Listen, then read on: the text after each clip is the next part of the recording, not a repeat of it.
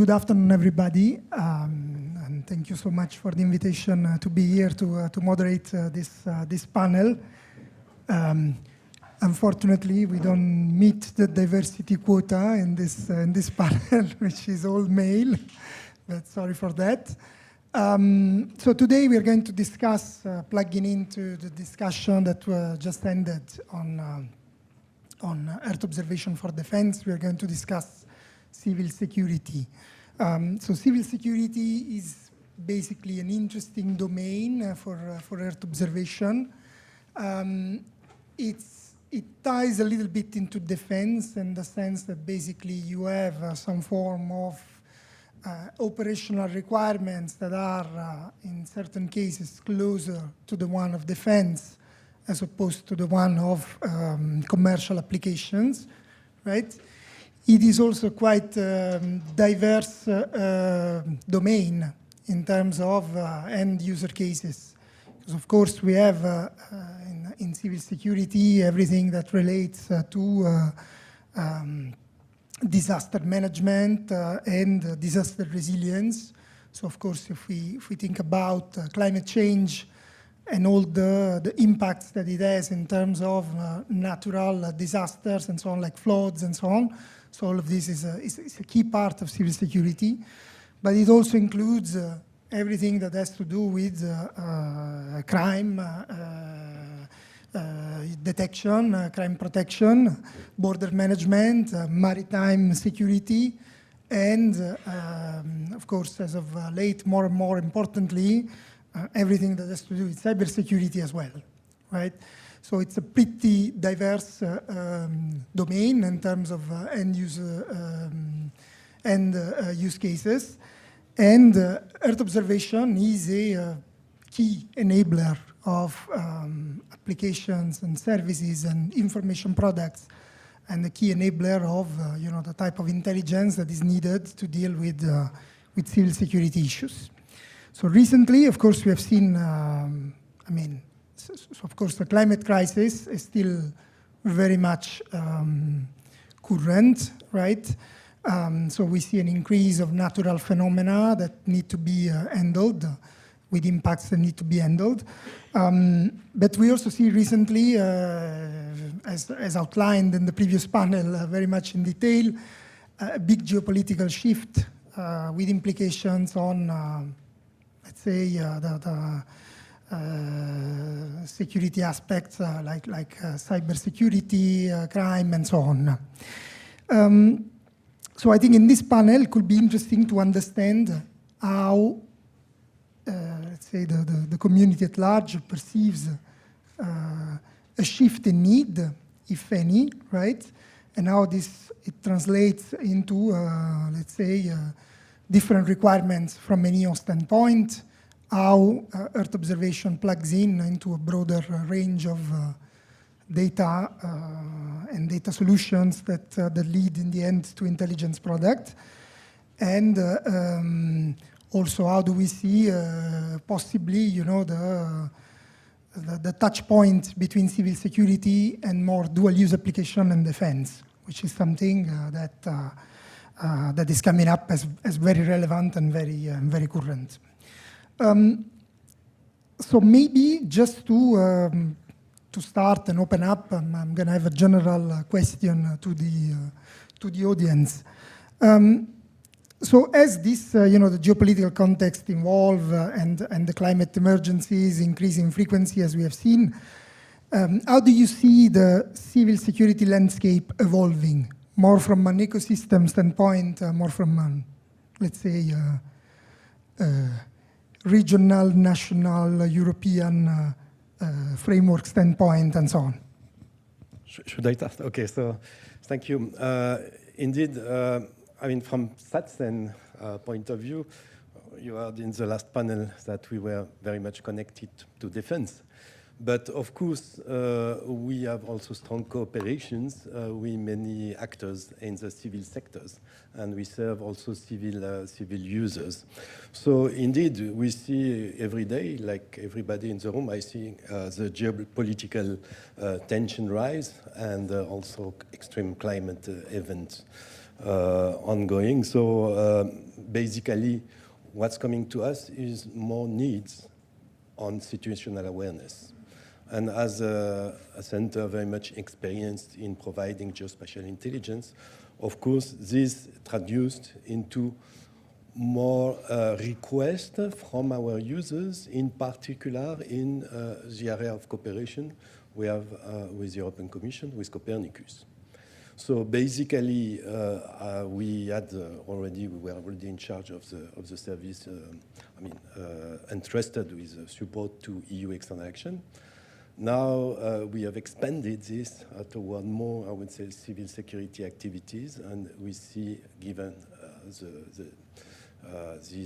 this change, geopolitical and also so many emergency coming, we see a lot of need which are coming, new needs to SATSEN, and that we can serve thanks to this cooperation.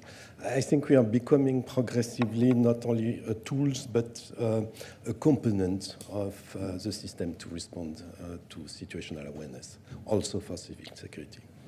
Meaning you're driving the very way the response is structured. And cooperating with partners, delivering products to DG ECHOS, to several DGs of the Commission, and to security users in the member states and in the EU. Excellent, makes a lot of sense. Spiros, do you want to add from the DG? Yeah, thanks a lot for the question.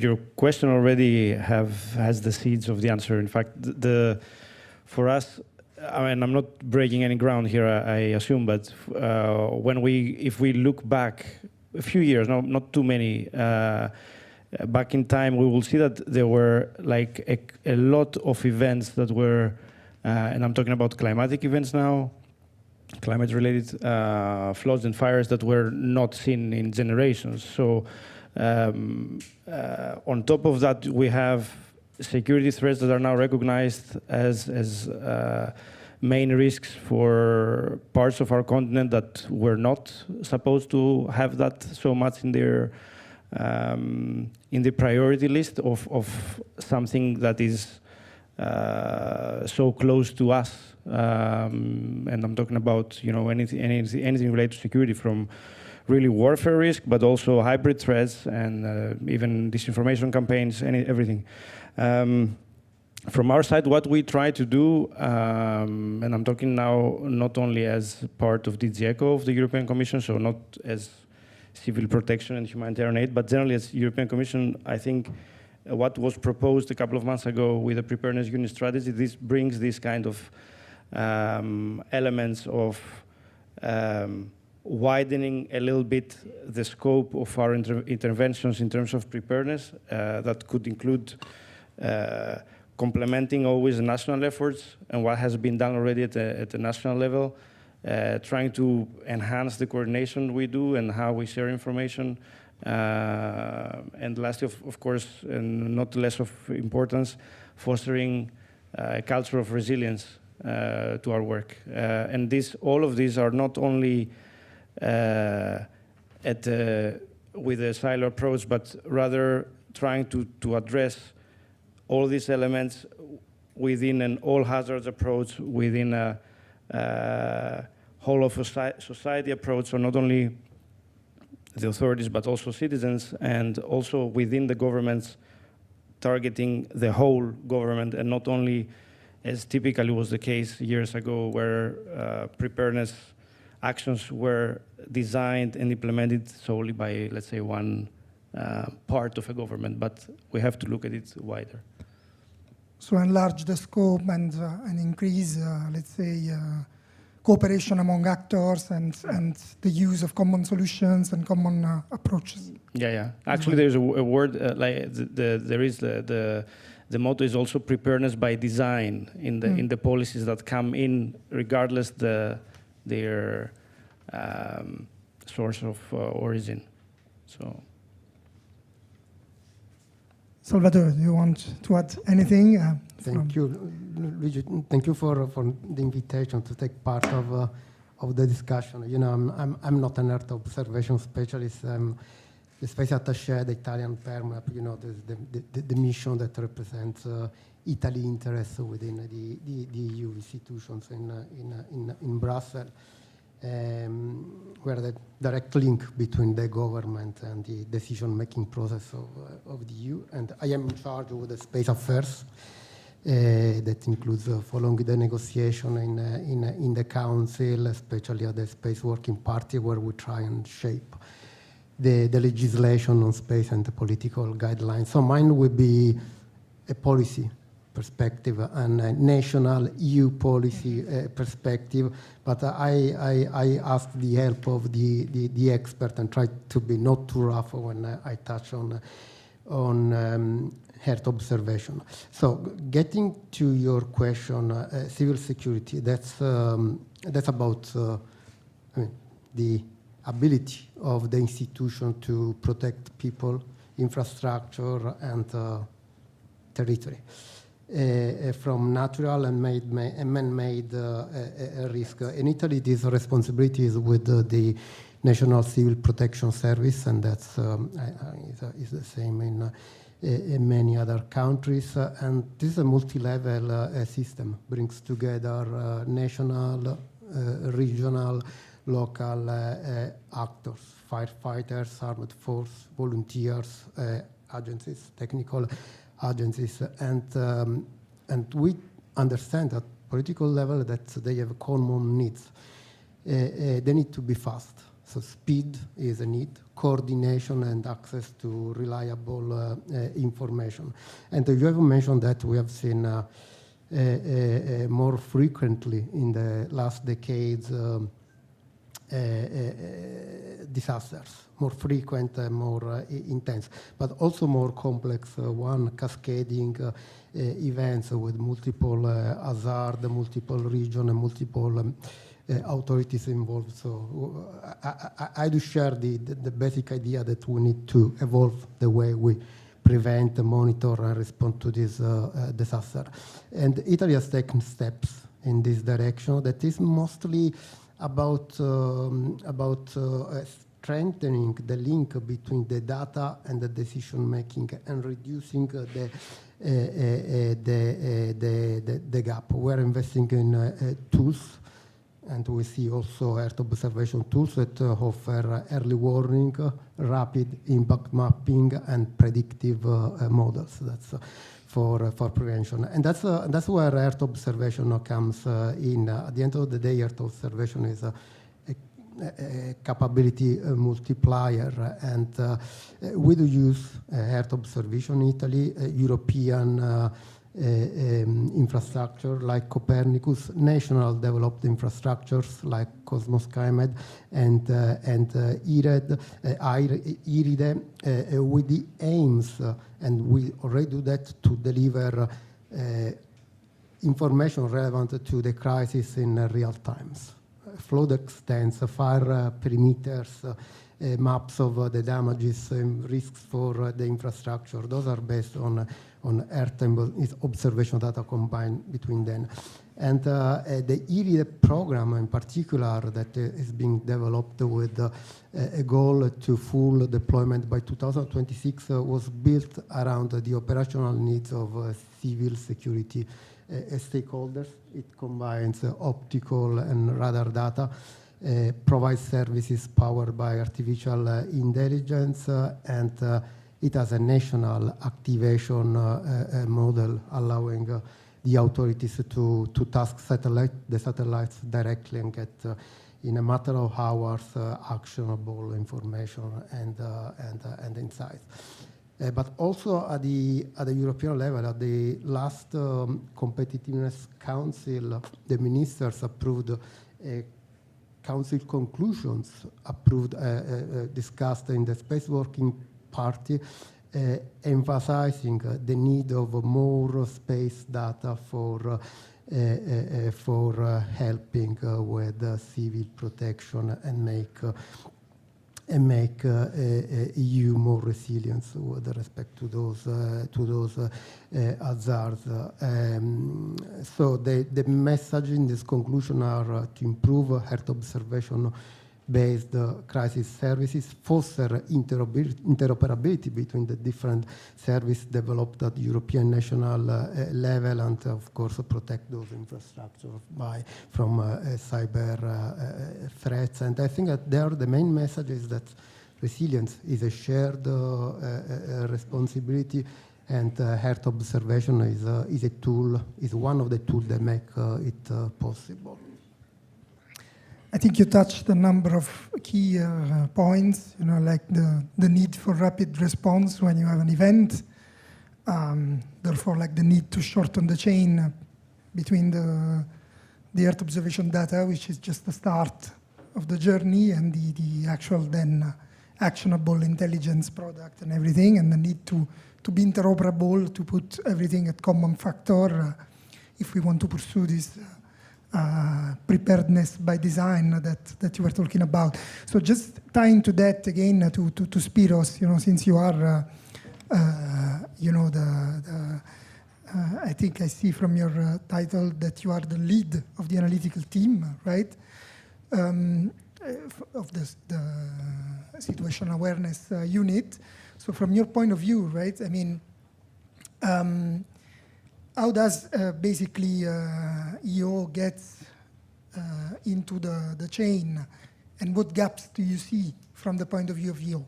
So what you have, is it good enough, or and then maybe we're gonna hear from Dennis as well from a different perspective along the same lines.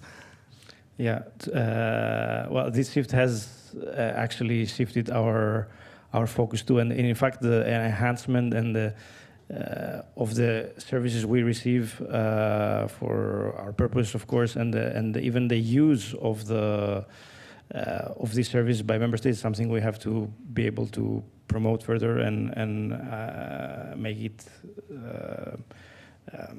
actionable in order to be able to adapt to the new reality. I will, in that sense, and now I'm just bringing out an example of a metaphor maybe from my own civil engineering background to link it up with the civil protection now. When a civil engineer is designing a building, when they take into account the dynamic loads that the building will have, earthquakes, for example, they try to. The target is not to build something that will be 100% rigid and stable when the earthquake comes, but is to bring in a bit of elasticity in the structure in order to be able to absorb the shock and be resilient, basically, to that.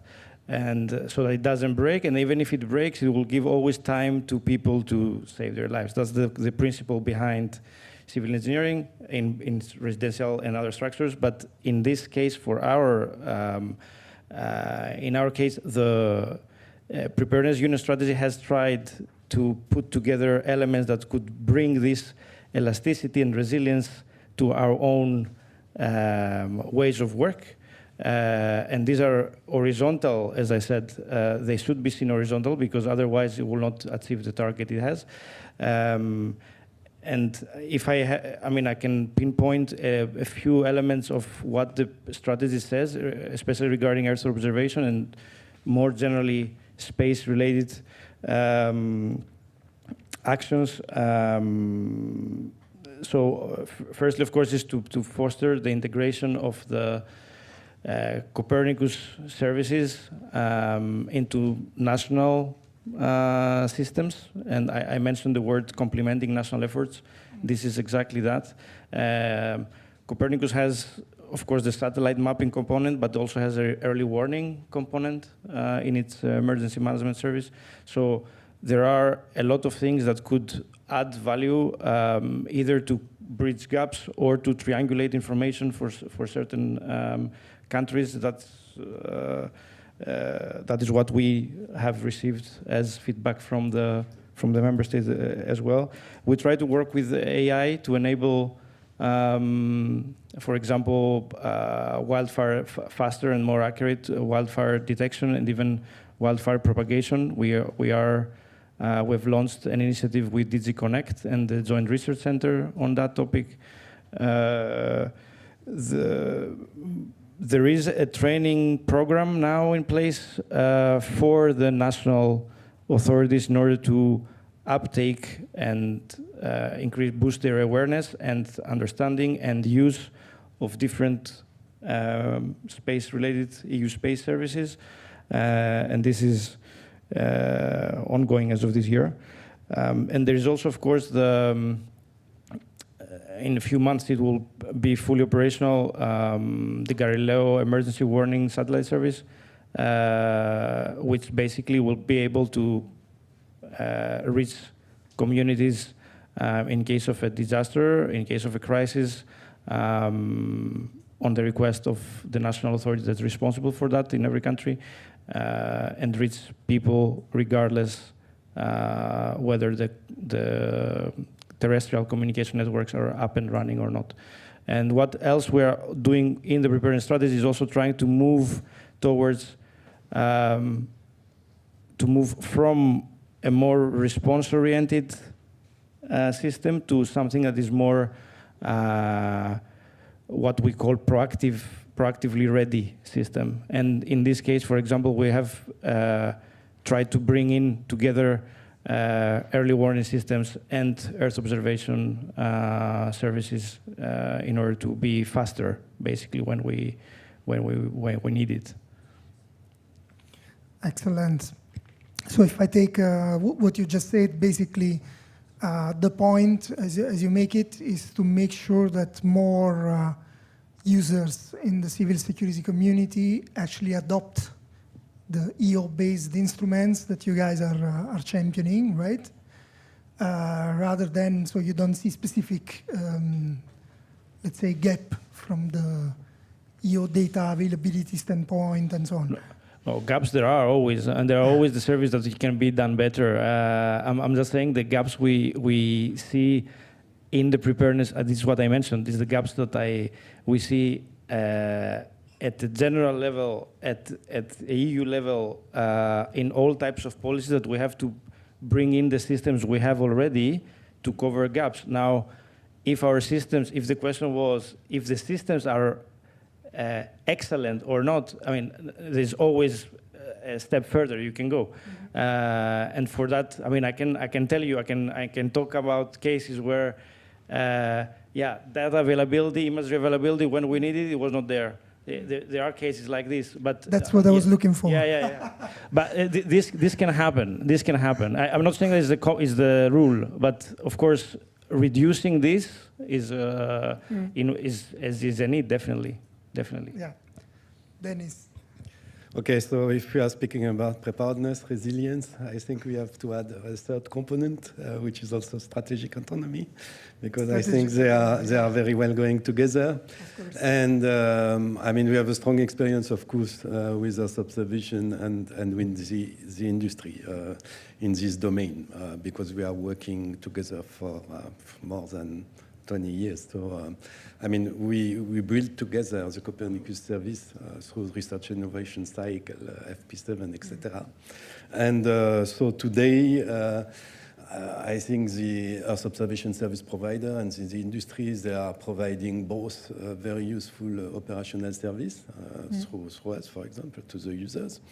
And also very important, working in research and innovation to address security threats and emergency threats and resilience. So today we can already rely on a very robust service from the industry. And for example, in our service, we provide in the framework of Copernicus border surveillance to Frontex, and also in the CESA service. We can get a broad range of geospatial products, from mapping up to very complex multi-source analysis products. And we are also working together in the framework of the strategic research agenda, which define research priorities and guide research and innovation effort for the future. So it's very key that also together we can integrate new technology for example, artificial intelligence, radio frequency data acquisition, advanced data fusion, and in the Earth observation service, and makes them fit for purpose to be aligned to respond to EU security challenges. Yeah, and just in the previous panel, it was mentioned that defense actors, of course, they want to keep some part of the value chain in-house, right?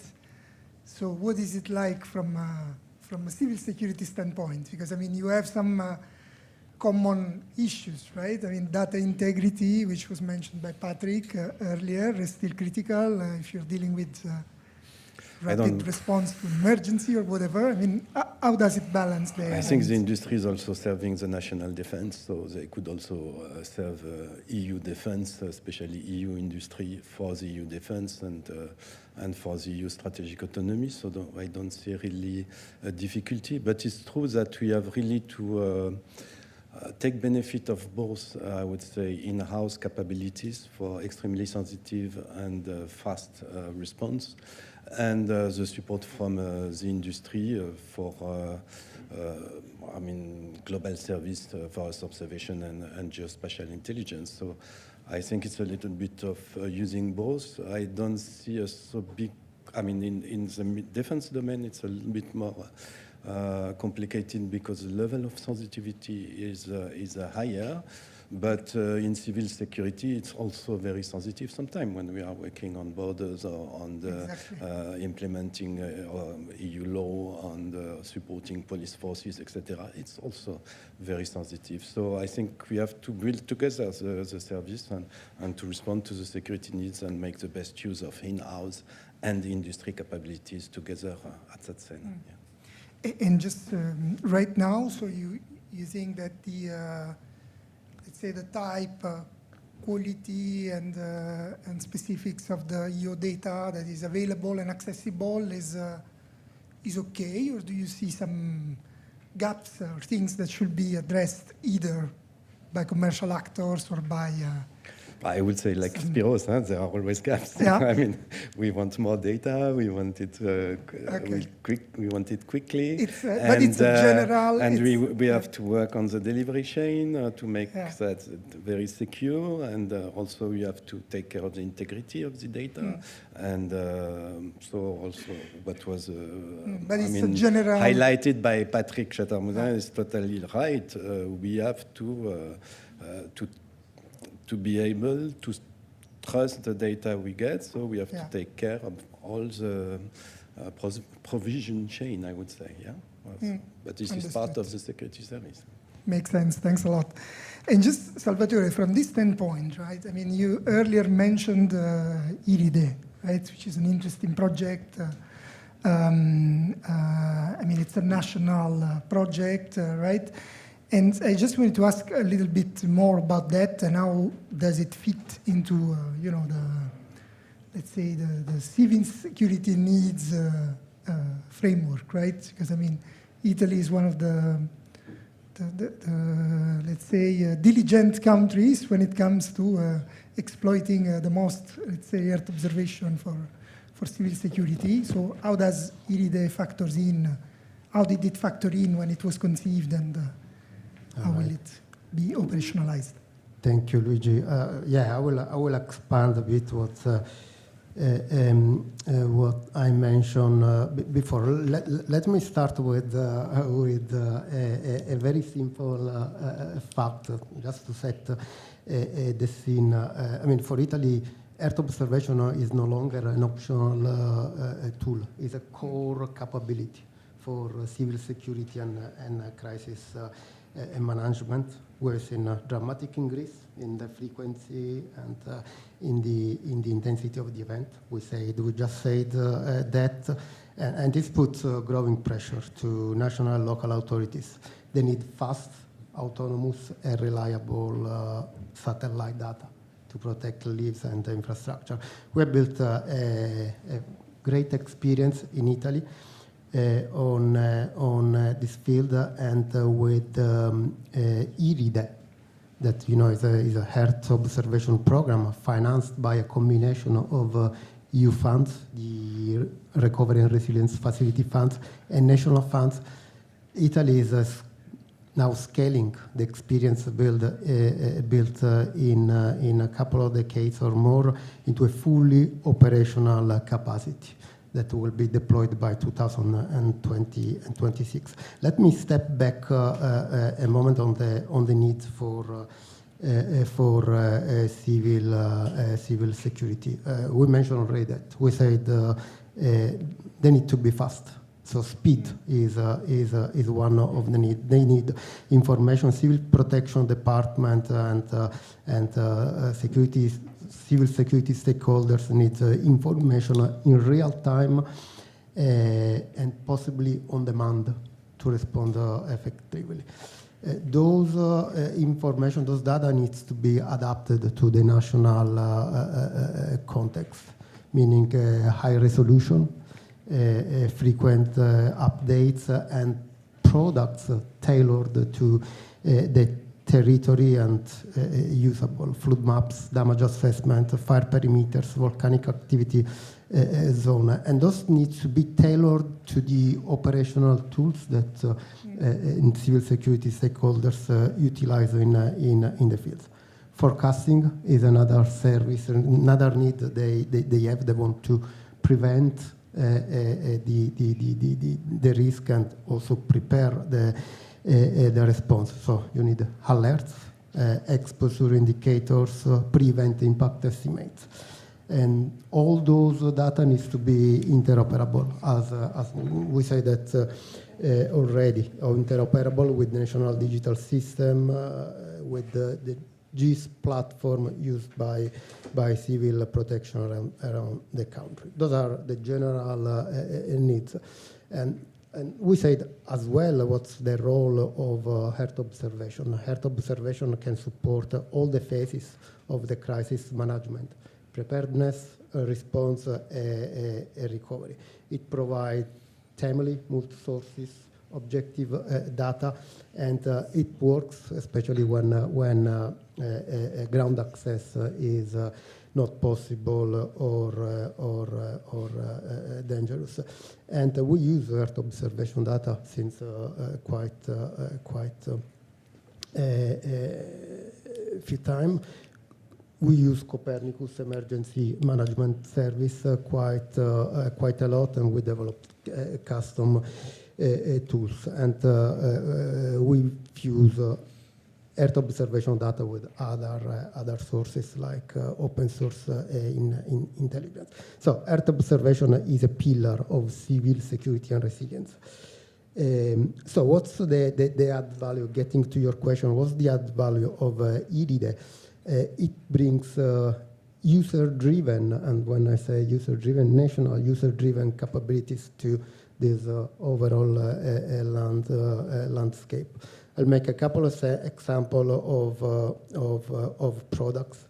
I mentioned first information products, meaning products developed using open source intelligence. This is not necessarily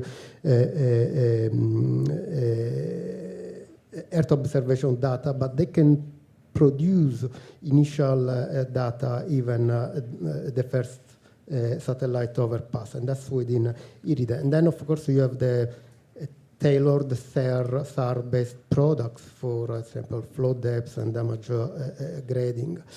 And that's about products, but then you have also the performances. Those are complementary products, but then we aimed also at complementary performances that neither Copernicus nor Cosmos SkyMed can provide. And this is about low latency.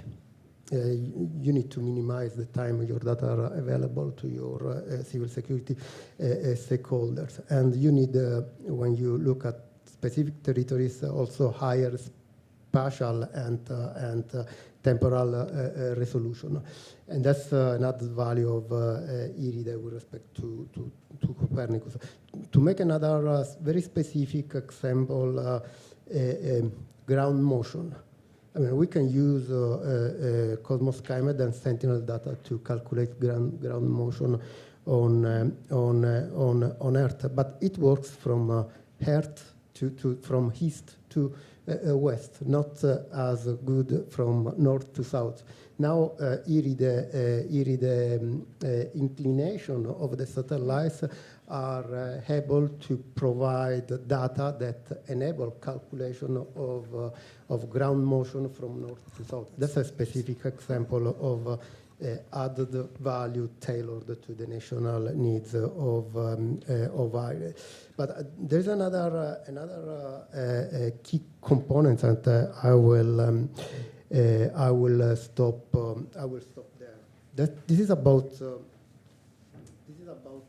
I can find the pages. This is about control. This is about control. National users ask the ability to make direct requests, have the ability to make a request on demand, so they don't need to wait for an international activation. So those are just example of the added value of IRIDE. But looking on the other way around, IRIDE can offer also additional capabilities to European level infrastructure. It is built to be fully interoperable, and one of the aims is to optimize the investments by integrating it in a larger infrastructure. Larger European effort. Thanks a lot. I think there's a couple of interesting things. The ground motion thing, it's quite interesting.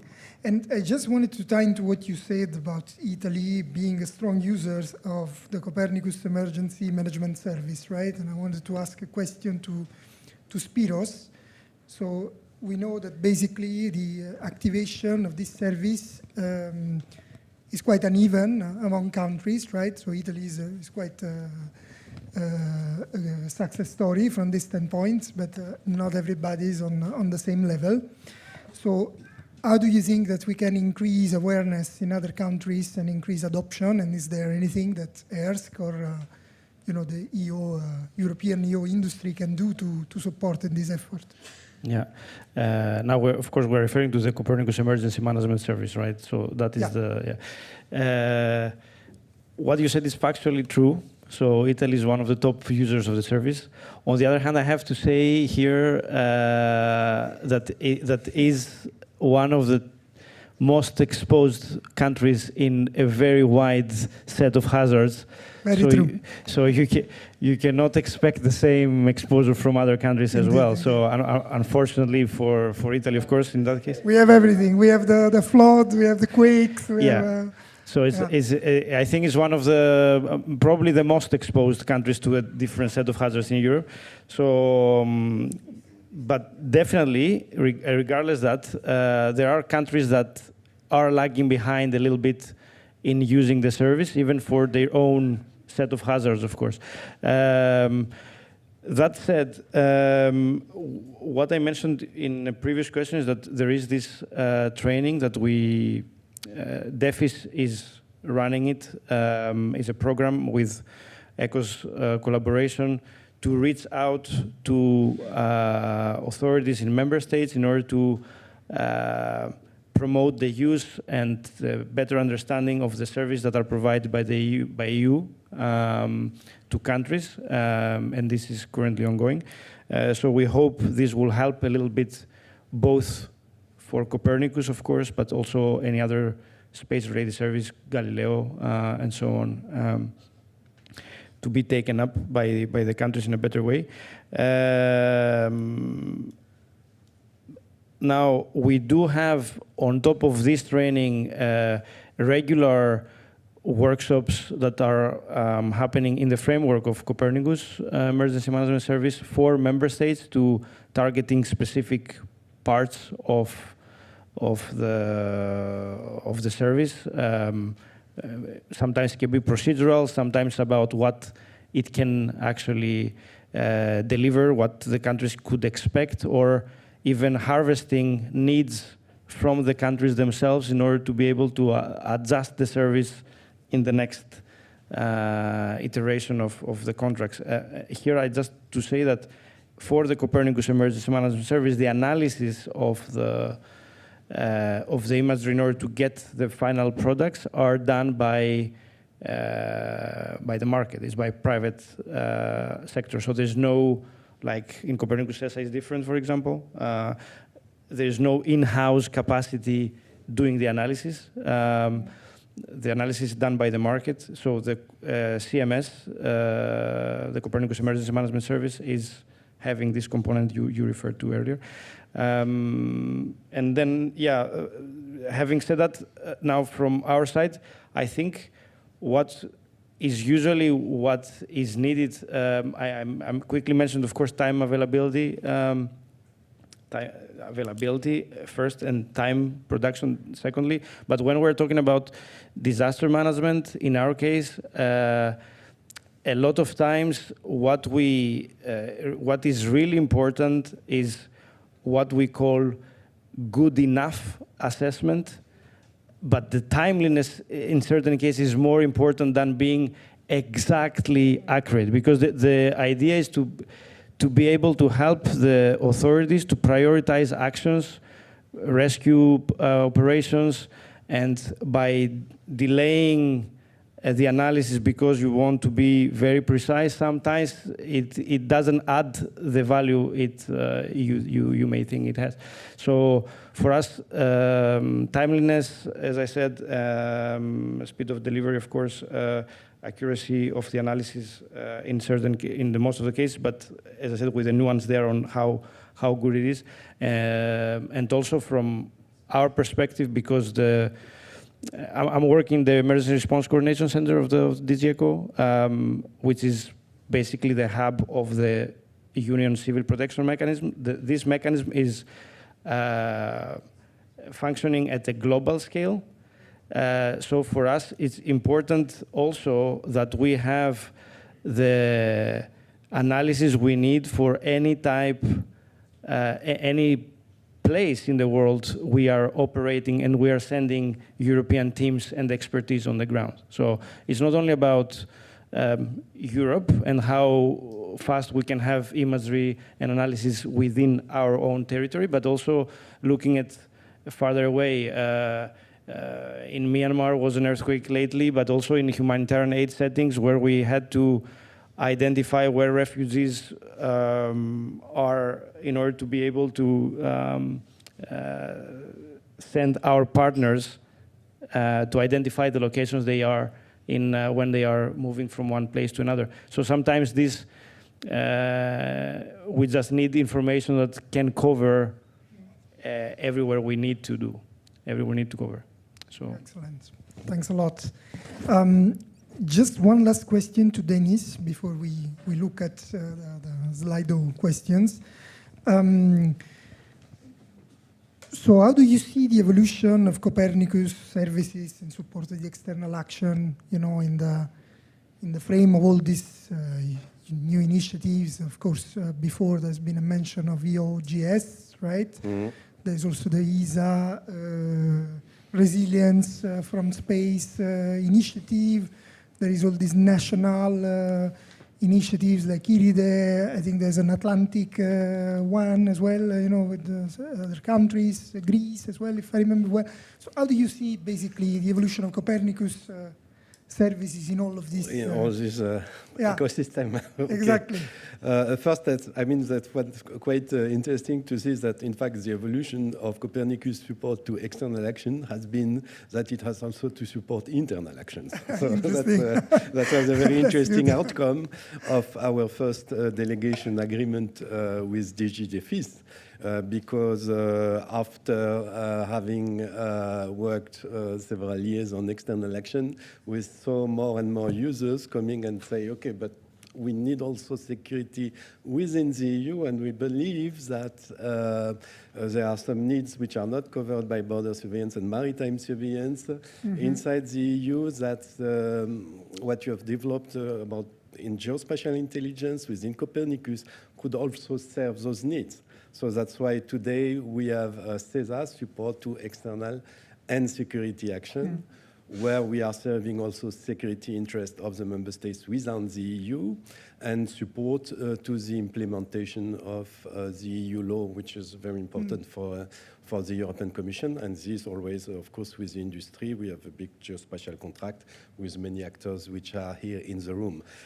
So then about the other initiative, of course, there are many initiatives, and from our point of view, it's very important that regarding this growing initiative, that they are well coordinated and complementary to what exists already today. So what we take care for everything we are involved or in charge of. So for example, for the EOGS, we take care of the complementarity with the SATSEN CSFP Common Foreign Security Policy core business, with the CESA security service, with the other actors.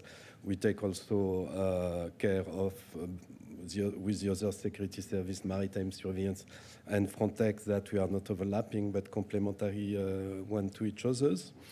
And I think important to highlight also that for EOGS, for example, we follow the guidelines of the EU space security and defense strategy, that we are already developing the pilot progressively with the stakeholders, and that was mentioned, and that we are contributing to the identification of the user needs, and that we will, if the service is implemented, ensure the dissemination of the sensitive products and service. So I think if well integrated, all these initiatives can bring very valuable additional capability to the European security and also civil security. And we are fully committed to contributing to a coherent, user-driven and operationally relevant EU ecosystem. Federated approach, indeed. I'm looking at Emmanuel. I think we don't have time, unfortunately, for the Slido questions. So please join me in thanking the speakers. I think it was a nice discussion. Thank you very much.